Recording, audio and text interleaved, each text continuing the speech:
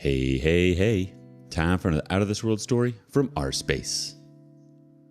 We can't ever put our happiness in someone else's hands.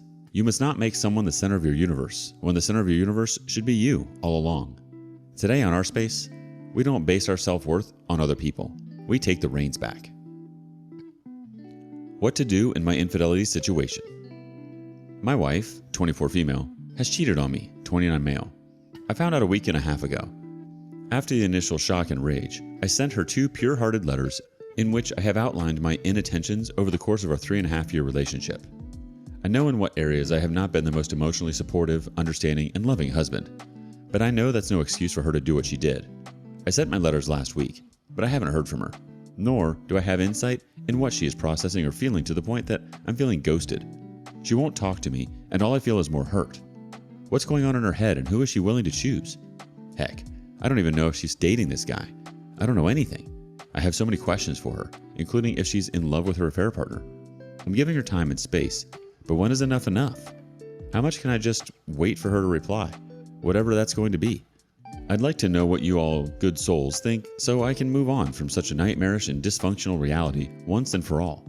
I'm afraid if too much time goes by, very little can be salvaged, and I'm willing to see if we can do that and heal together. My present hunch, though, is that she doesn't care about me anymore. Any empathetic help would be greatly appreciated. Major edit. I did it. I dropped her on the curbside, like she did with me. That's excellent, OP. I'm glad you dropped her. There's no point in wasting your energy and begging for someone's love when they won't reciprocate. You can't be doing that to yourself. You'll drive yourself mad trying to figure out why bad people do bad things. Rather than focusing on the why, place the focus back on you. It doesn't matter what's going on in her head or who she'll choose, or what she's doing at all, to be quite honest. She betrayed you. That's all that matters. None of this was your fault. It's important that you value yourself now more than ever. Update. I got rid of her once and for all. This is the final letter I have sent her. I feel so free now. Enough playing games. That was my best revenge. I think you cheated because you couldn't be transparent enough with me to tell me what was really going on when you first got confused about it. You haven't answered my letters, and if you showed even a shred of remorse or interest in how I was doing, you'd have already, even a couple of lines. I'm not going to keep playing this game and wait for you to decide whether you want to be with me or him. I want to be a first choice, not a backup if your affair won't work. You don't care about me at all. You didn't care about how much I was going to suffer from this, the sheer pain and the trauma you knew I was going to experience. What you did is inexcusable. You chose to betray me on account of my mistakes, oversights, inattentions, flaws, your emotional emptiness. And that is not respectful behavior, especially if you don't talk to me. I'm not going to wait for you to come around with your decision. You never told me you stopped loving me before it happened. My letter outlined where my mistakes in this relationship lay, and I don't regret having sent them because they came from the heart. But you not answering is a confirmation that it is okay for you to cheat and keep on cheating on those who love you, and I could never be with someone like that. Actions speak louder than words. I'm going to stop being manipulated by you.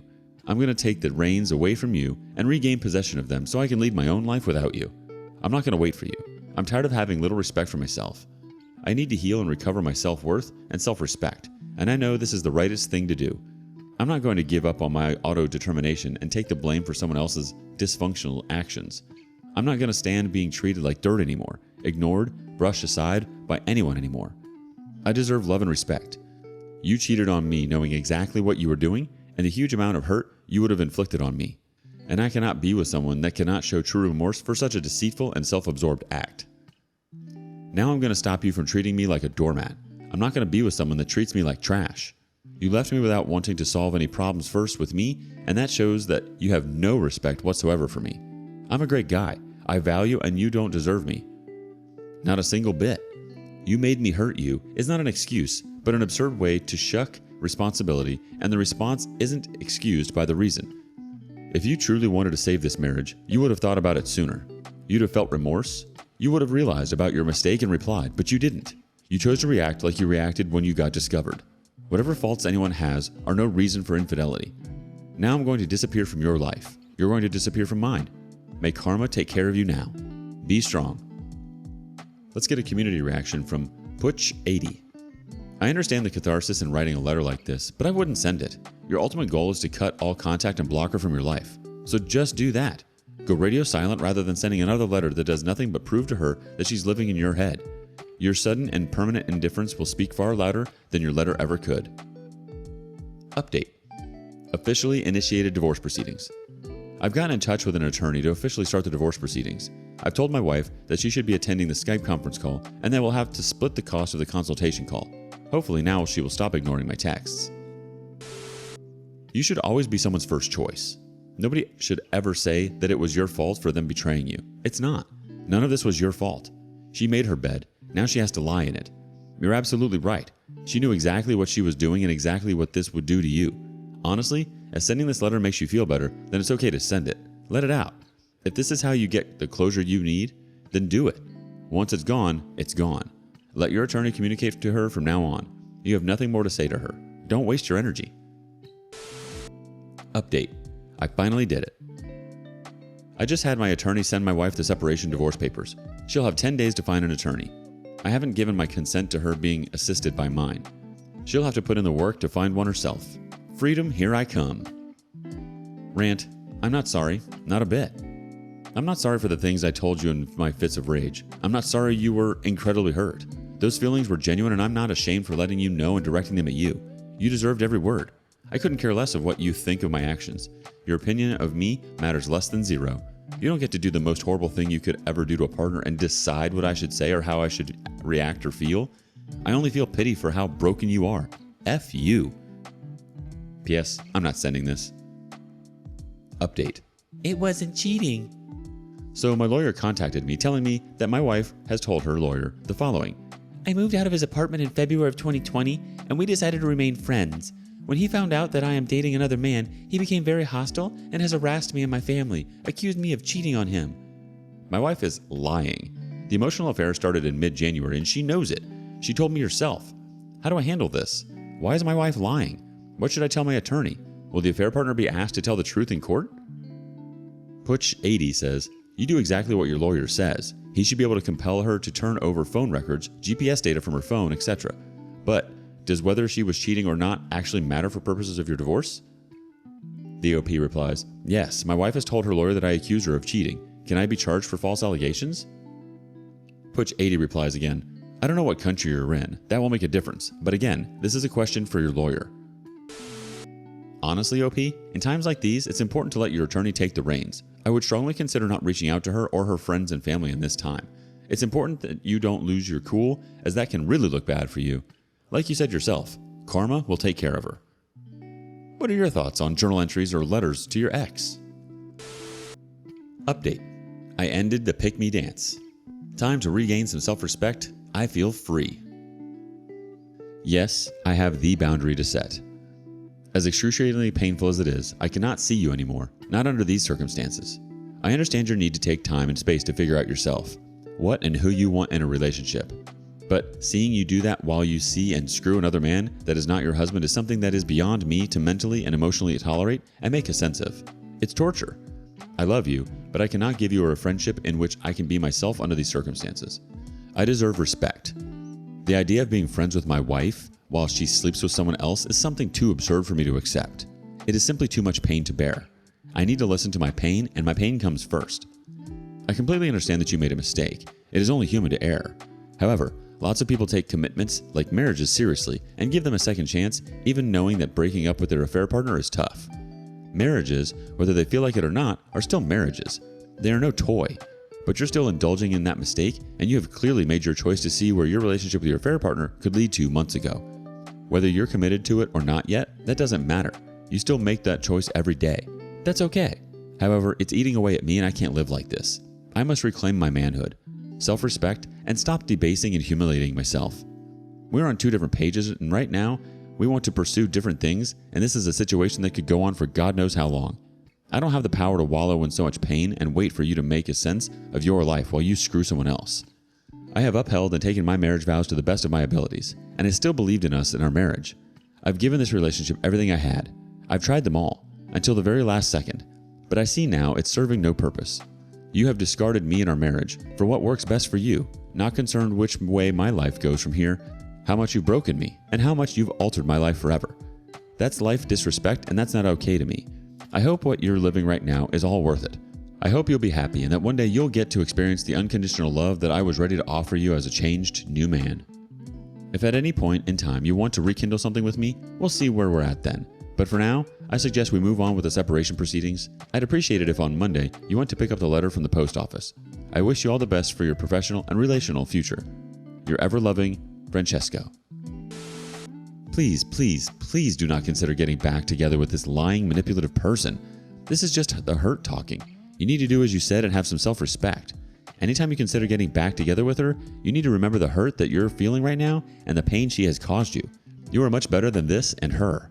You have it in you to move on. Update. I'm starting to think a single life is better and I don't like it.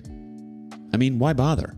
Even though I'd like to have someone new to commit to, build a family and a relationship based on empathy, honesty, respect, and fidelity, I feel like today it's incredibly hard. The more I look around, the more I notice how most people treat relationships as a joke. Proof of that is that, for example, infidelity seems like the norm and widely accepted, not just in media. As a product of today's society in which materialism counts more than anything else, I cannot help but find so much shallowness and superficiality in today's average individual. Are we all doomed to just settle for petty and mediocre relationships? Because if so, I'd rather just not try anymore. Honestly, I'd rather live a lonely life than just compromise on myself and my value system. Most people's values don't align with mine, it seems. It's just sad that this is a reality we gotta accept.